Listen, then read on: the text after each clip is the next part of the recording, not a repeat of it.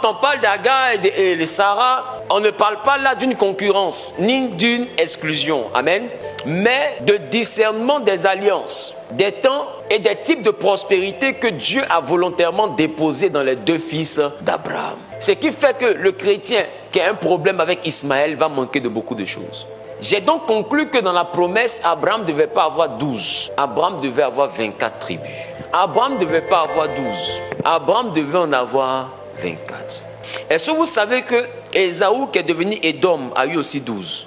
Abraham ne devait pas avoir 12. Abraham devait en avoir 24. Je vous explique comment les 24 devaient venir. Les 24 devaient venir des jumeaux d'Isaac.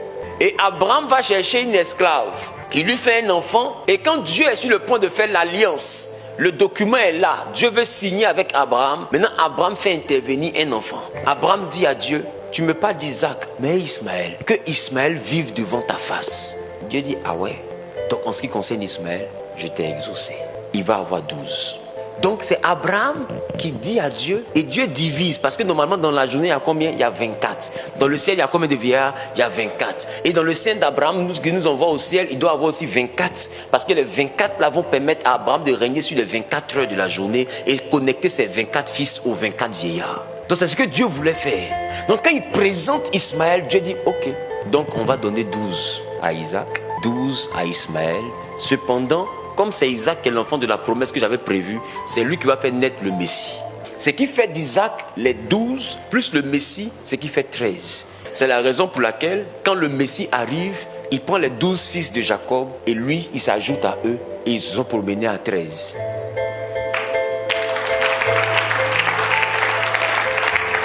Je reprends.